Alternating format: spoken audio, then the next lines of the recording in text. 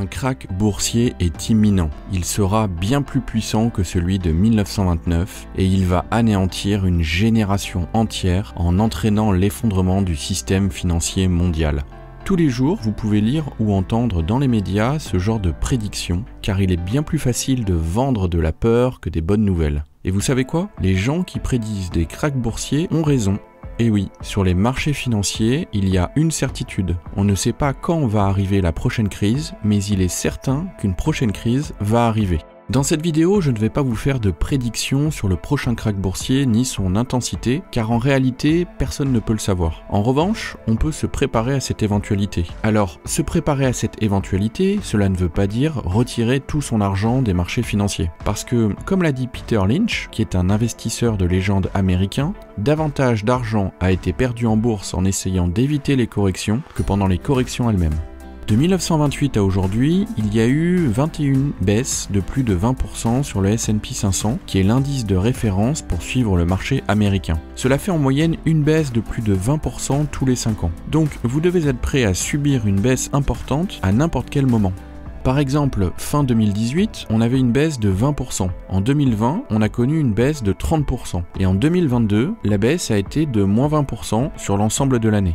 Lors de ces différentes crises, beaucoup de personnes n'ont pas su gérer leur stress en retirant leur argent au pire moment ou en vendant des actions dans l'espoir de les racheter plus bas ensuite. Ils sont finalement passés à côté d'une magnifique hausse des marchés que l'on a connue fin 2020. Alors, ces réactions, elles sont humaines, et c'est justement ce qui fait toute la difficulté d'investir. Arriver à contrôler ses émotions, même lorsque tout l'environnement autour de vous, les proches, les magazines, les vidéos que vous regardez, vous disent qu'une crise majeure est imminente. Donc dans cette vidéo, je vous donne 5 conseils concrets afin de vous aider à mieux vivre le prochain krach boursier. Parce qu'encore une fois, il est certain qu'un prochain krach boursier va arriver. Le tout, c'est d'être prêt à y faire face. La première action concrète que vous pouvez mettre en place dès aujourd'hui pour survivre au prochain krach boursier, c'est de vous créer un fonds de sécurité. En 2020, il y a eu des centaines de milliers de personnes qui ont perdu leur travail et ce sera aussi sûrement le cas lors d'une prochaine chute des marchés. Lors d'une crise, tous les secteurs ne sont pas touchés de la même façon. Par exemple, lors de la crise de 2007-2008, c'était le secteur bancaire et le secteur immobilier qui étaient particulièrement touchés. Lors de l'éclatement de la bulle Internet, au début des années 2000, c'était le secteur technologique qui était particulièrement impacté. Et lors de la crise qu'on a connue en 2020, ce sont surtout les commerces physiques et le secteur de l'événementiel qui ont le plus souffert. Ce que je veux vous faire comprendre, en fait, c'est que personne n'est à l'abri. On peut tous connaître une crise dans notre secteur d'activité. Imaginez que vous ayez un problème au niveau de votre emploi. Ce genre de problème arrive souvent au pire des moments, c'est-à-dire durant les moments de crise. Et dans les moments de crise, devinez quoi? Le marché action est souvent en baisse. Si vous n'avez pas de fonds de sécurité, vous devrez soit faire un prêt, soit retirer de l'argent de votre portefeuille boursier, alors que ce sera le pire des moments pour le faire. Le moment où il faudrait justement investir le plus d'argent sur les marchés. Donc, le premier conseil pour vous préparer à un krach boursier, c'est de vous créer un fonds de sécurité. Je vous recommande d'avoir au moins de quoi vivre pendant 3 mois. Donc si vous dépensez 2000 € par mois, il vous faut 6000 € de côté, placés sur un livret A par exemple.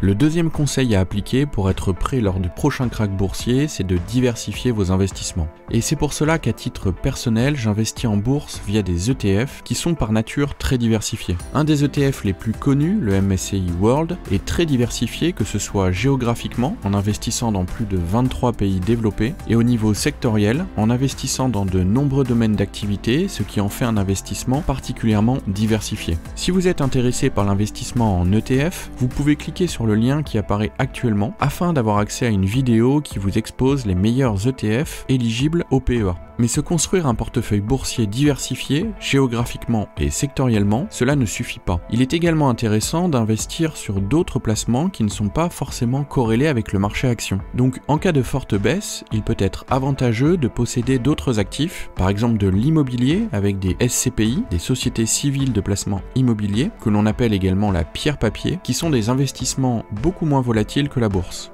Troisième conseil pour survivre au prochain krach boursier, c'est de mettre un pouce bleu à cette vidéo et de vous abonner à la chaîne. Parce que si vous mettez un pouce bleu à cette vidéo, elle sera suggérée à davantage de personnes qui seront prêtes à bien réagir au prochain krach boursier et ce krach sera donc moins violent. Je plaisante bien sûr, mais plus sérieusement, si vous appréciez cette vidéo, n'hésitez pas à mettre un pouce bleu, cela m'aide grandement dans le développement de cette chaîne et n'hésitez pas également à vous abonner.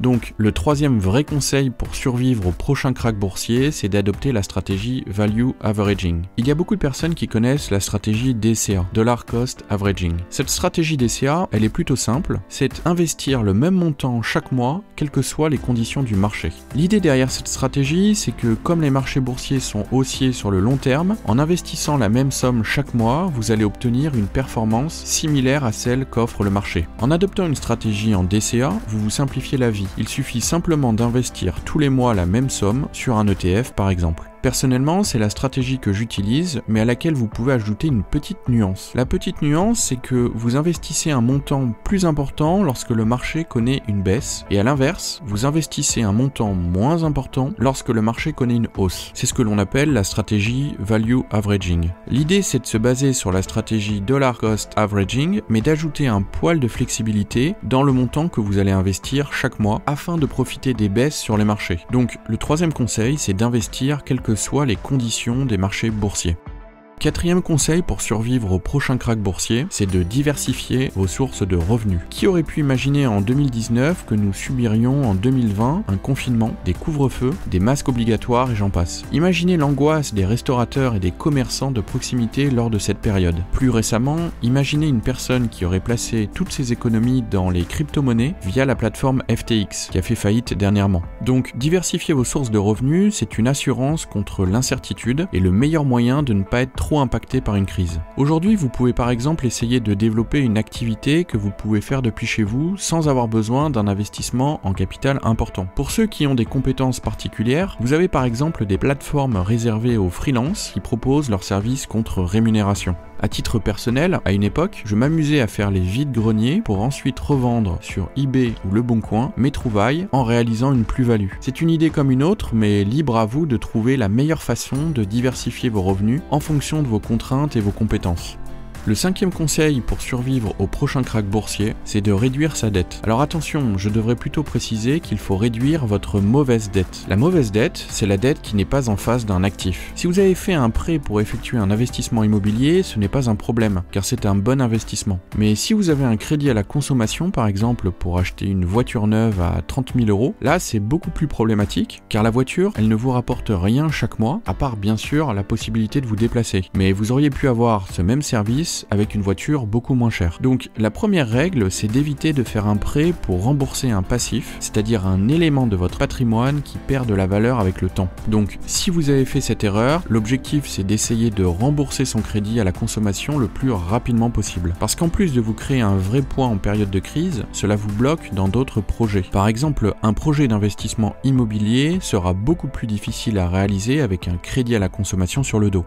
J'espère que vous avez apprécié cette vidéo. Si c'est le cas, n'hésitez pas à mettre un pouce bleu, cela m'aide énormément dans le développement de cette chaîne. Et si vous avez des questions, vous pouvez me les poser en commentaire. Je vous souhaite à tous plein de réussite dans vos investissements. À bientôt!